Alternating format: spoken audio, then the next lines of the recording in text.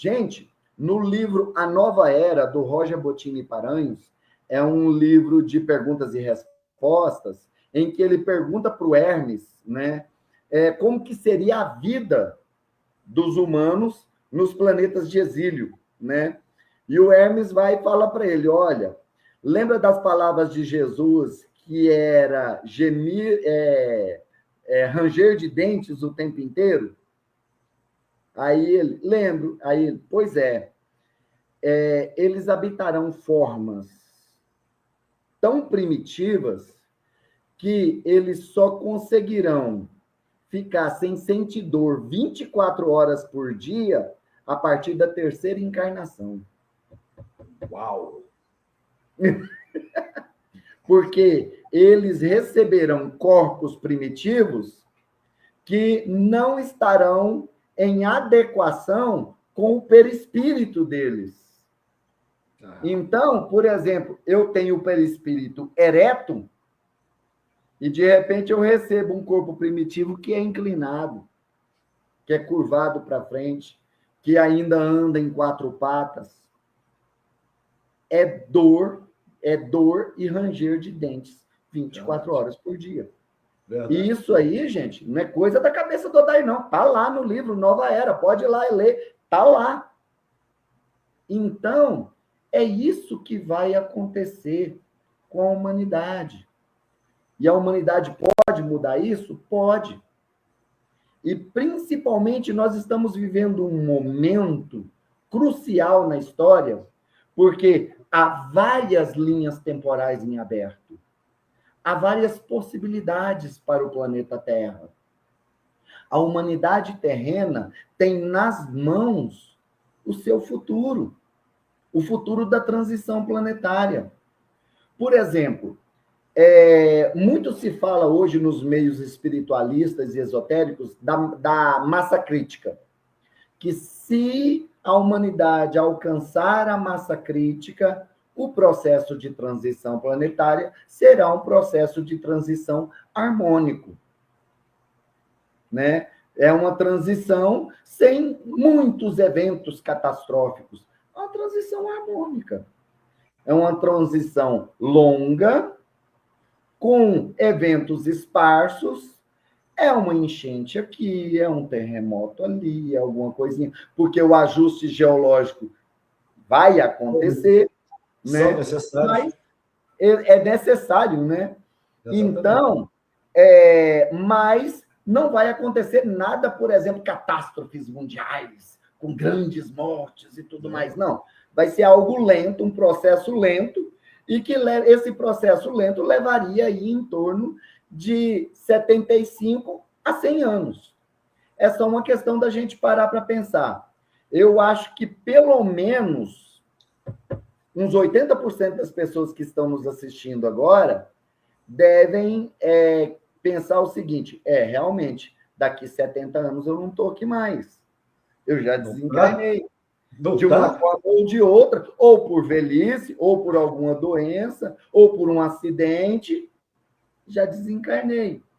E aí a transição acontece assim, vagarosa, lenta, sem grandes eventos, né?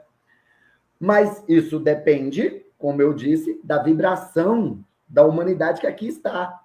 Porque se a humanidade que aqui está estiver vibrando, não alcançar essa massa crítica, estiver vibrando numa energia negativa, é claro que negativo atrai semelhante. Então, acontecerão eventos negativos, principalmente eventos climáticos e geológicos. Então, pode haver terremoto, pode haver vulcão, pode haver tsunami, pode haver maremoto, pode haver mudança climática com ondas de calor, pode haver mudança com uma mini era do gelo, por exemplo, né? Tudo isso pode acontecer. É o quê? É o planeta se reajustando por causa da vibração da galera que está aqui. É o cachorro sacudindo para tirar um pouco das pulgas.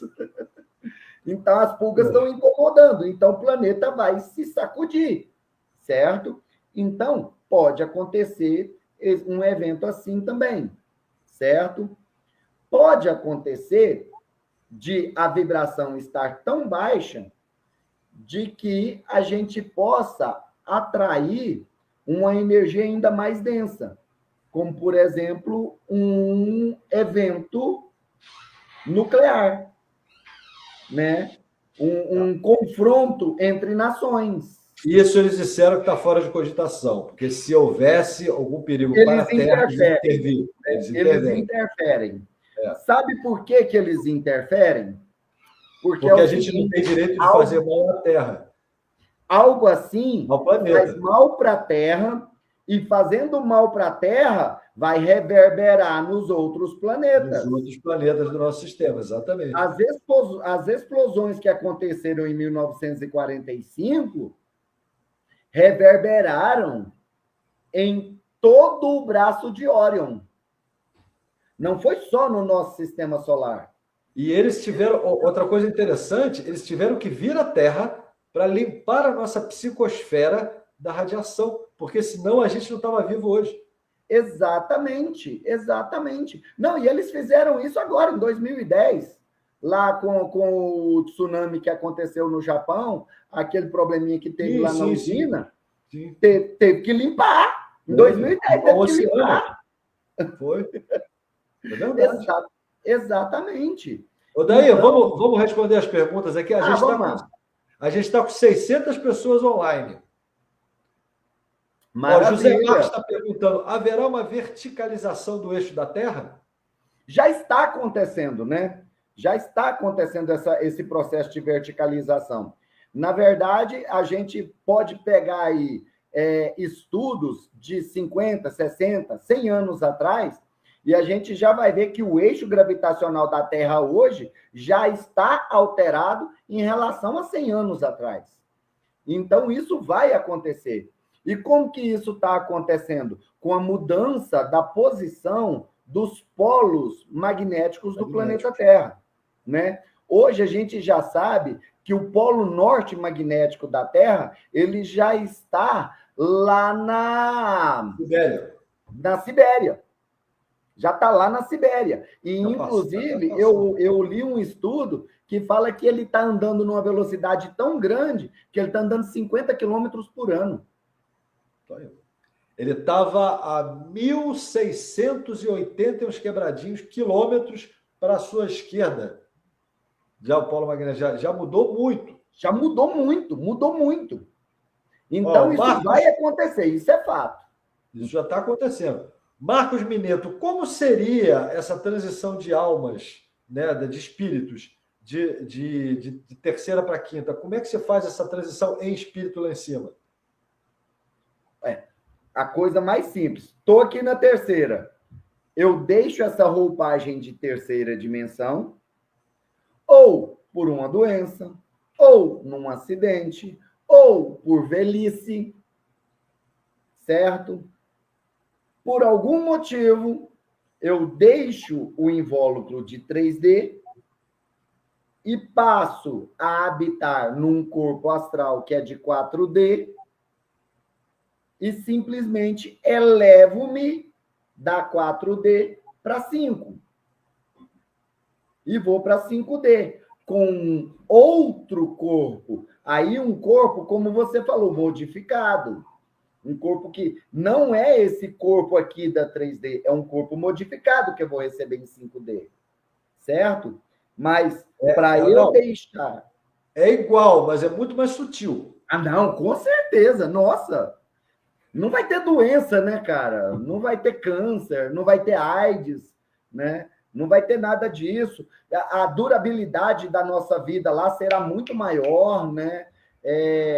A gente vai ter ao nosso alcance tecnologias fantásticas que assim, vão eliminar por completo esse sofrimento que a gente vive aqui na 3D. O envelhecimento e tudo mais. E, inclusive, a nossa alimentação lá vai ser completamente diferente da nossa alimentação aqui. Totalmente. Né? Essa alimentação carnívora aqui, quem gosta de uma cervejinha, esquece, tá? Lá não tem. Ó, a Maria Aparecida está perguntando assim: o livro de Urântia define corretamente o universo e suas galáxias ou é uma definição aproximada? É uma definição bem aproximada, tá? Bem aproximada mesmo. Entendendo aí que na época que ele foi escrito, e o livro de Urântia, a história dele é bem interessante, né? Ele, na verdade, ele foi escrito antes da Segunda Guerra, né?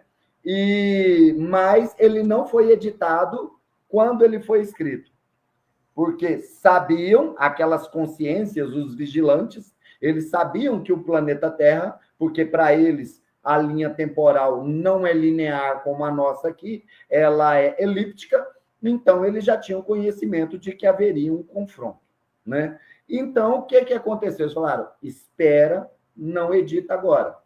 E ele foi editado somente depois, lá em 1955, né?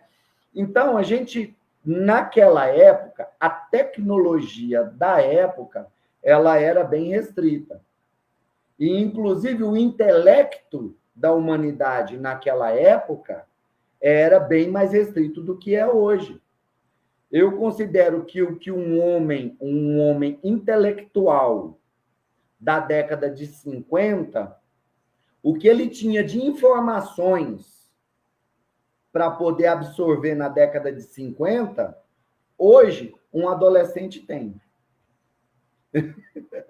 Hoje, o nível de informação é maior, a tecnologia que a gente tem é maior para poder a gente explorar o espaço, explorar o universo, né? Nós temos aí vários telescópios espalhados, bases telescópicas espalhadas pelo planeta, cada um melhor do que o outro. Lá em cima nós temos o Hubble, nós temos o James Webb, né? Que agora ele analisa em espectro de infravermelho, que aí é muito mais profundo do que o próprio Hubble, né?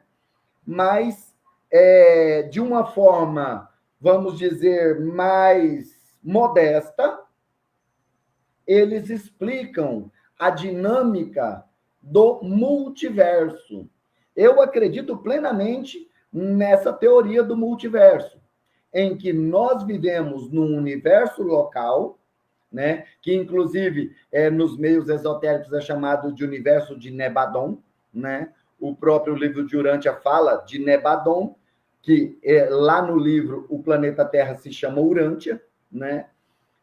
Nós vivemos num universo local que é Nebadon, que faz parte de um super universo chamado Orvoton, ou Orvoton, né?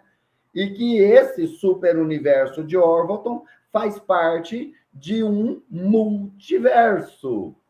E que esse multiverso tem o seu universo central, que é Ravonna, tem a Ilha do Paraíso, e patati patatá, e mais um monte de coisas, e que na época do livro de Urântia se falava em 7 superuniversos. Hoje já há a compreensão trazida por outros autores, um deles é o Rodrigo Romo, que fala que, na verdade, não são só 7 superuniversos. Na verdade, são 12 superuniversos, né? Mas aí vem uma questão que é muito interessante. Há algum tempo atrás, um amigo meu, ele falando que, fazendo um estudo a respeito de toda essa conjectura aí, né, dessa formação do multiverso com superuniversos e milhares de universos locais e tudo mais, e que esses universos, eles têm também as suas dimensões, né? Então, são realidades paralelas, são universos paralelos, são universos, por exemplo, vou dar o exemplo, né? Terras paralelas, né? Existem outras terras em outras frequências, em outras linhas temporais, em outras realidades paralelas, e eu acredito plenamente nisso. Hoje a gente já vê que há algo além de Ravonna. Esse amigo meu falou assim, ó, existe assim, ó, tipo como se fosse um aviso. Tem algo mais do que Ravonna. Há algo além de Ravonna. Há algo além disso que vocês agora estão preparados para conhecer. Então, na época que o livro de Urântia foi escrito, falava-se que o nosso universo tinha 21 mil galáxias, né? Mais ou menos isso, 21 mil galáxias. Hoje, a gente já sabe, por causa de quê? James Webb, Hubble e tudo mais, que o nosso universo tem mais de 100 bilhões de galáxias. A tecnologia chegou, a informação chegou, então ampliou, né? E é assim que vai ser, a informação vai se ampliando. Mas o livro de Urântia é uma boa referência para poder a gente entender assim os primeiros passos do conhecimento de tudo isso que é a existência. O que lá é chamado de grande universo, né? Daí, você mencionou um livro chamado Ensinamentos Estelares? Ensinamentos dos Seres Estelares. Ah, tá, porque a Ana Maria está perguntando aqui se você pode citar o autor e confirmar se o nome é realmente esse. Deixa eu ver aqui. Preta, vê se você acha aquele livro para mim, Ensinamentos dos Seres Estelares, por favor. Um que tem uma espada na capa. A capa é meio azulada, meio esverdeada. Você olha aí na minha galeria para mim. Ensinamentos dos Seres Estelares. A Cássia vai procurar. Ah, o Mário Juninho, ele está perguntando aqui, o fenômeno UFO se intensificou muito na Segunda G Mundial. E até hoje os ETs não se revelaram à humanidade. Por que dessa demora? Essa demora só leva à descrença ufológica. Bem, essa demora é devido a dois fatores muito importantes. Primeiro, o Tratado da Intervenção Mínima, de que eles só podem interferir junto à humanidade minimamente. É o mínimo possível que eles podem interferir. É só se a humanidade tiver, por exemplo, lá na segunda G, né? Lá na segunda G eles interferiram por quê? Porque viram o estrago que as explosões fizeram, aí foram lá e interviram, falaram, opa, parou tudo, tá? Ninguém vai explodir mais nada aqui, não. E isso aconteceu também durante a Guerra Fria. Eles estavam muito presentes aqui durante a Guerra Fria, porque ficou aquela briguinha entre União Soviética e Estados Unidos. Ficou parecendo briga de pitbull, sabe? Um rosnando para o outro. Aí eles vieram e falaram assim, ó, calma, vamos jogar água nisso aí e tal. E, inclusive, teve desativação de ogivas naquela época, né? Muitas. Exatamente, desativação de ogivas. Então, eles não se revelaram abertamente primeiro por causa desse tratado, esse danado desse tratado aí, certo? Que é o Tratado da Intervenção Mínima. Eles só podem interferir minimamente. Por quê? Porque eles têm que deixar a humanidade seguir o próprio caminho evolutivo, sem eles virem interferir. Porque se eles interferirem, eles burlam o processo evolutivo nosso. Aí eles vão fazer... O que vai diferenciar eles dos Anunnakis? Exato. Nada. Exato. Porque os Anunnakis vieram e interferiram. Foi. E aí eles vêm e interferem também? Vai diferenciar em quê? Então eles não interferem, certo? E eles também... Há uma espécie de acordo entre eles e os dirigentes globais, tá? Porque os dirigentes globais com certeza sabem da existência deles, né? O Trump está prometendo aí que vai soltar um dossiê UFO, né? Vamos ver se ele solta mesmo. Então, porque, na verdade, os líderes mundiais já sabem da existência deles. Inclusive, tem contato com eles o tempo inteiro, né? Lá em 2020, inicinho de 2020, o Comando Ashtar bateu o pé e foi lá em Israel e desativou um monte de ogiva. Foi. Porque estava assim, ó, na ponta para acontecer uma guerra, né? Eu tenho que mudar esse termo, um conflito lá no Oriente Médio por causa daquele processo lá que eliminaram um líder iraniano lá, né? E aí o Irã foi lá e retaliou, né? Aquele líder foi eliminado lá no Iraque, num aeroporto no Iraque, e aí o Irã retaliou. Claro, a cortina de ferro de Israel segurou tudo e não deixou nada passar para Israel. E Israel falou, vamos contra-atacar. Só que aí eles falaram assim, peraí, se a gente contra-atacar o Irã com arma convencional, eles têm armamento nuclear, eles vão atacar a gente com armamento nuclear. Então, já vamos meter armamento nuclear logo? Vamos resolver esse negócio logo? Para fazer, vamos limpar o quintal logo? A hora que eles iam apertar o botãozinho, o comando Astra apareceu e nananina, negão. Foi lá e desativou as ogivas. Então... Bom, tem relatos de que os mísseis caíram na Terra e não aconteceu nada. Exatamente, desativou. Desativou. Não tinha nada. Simples assim.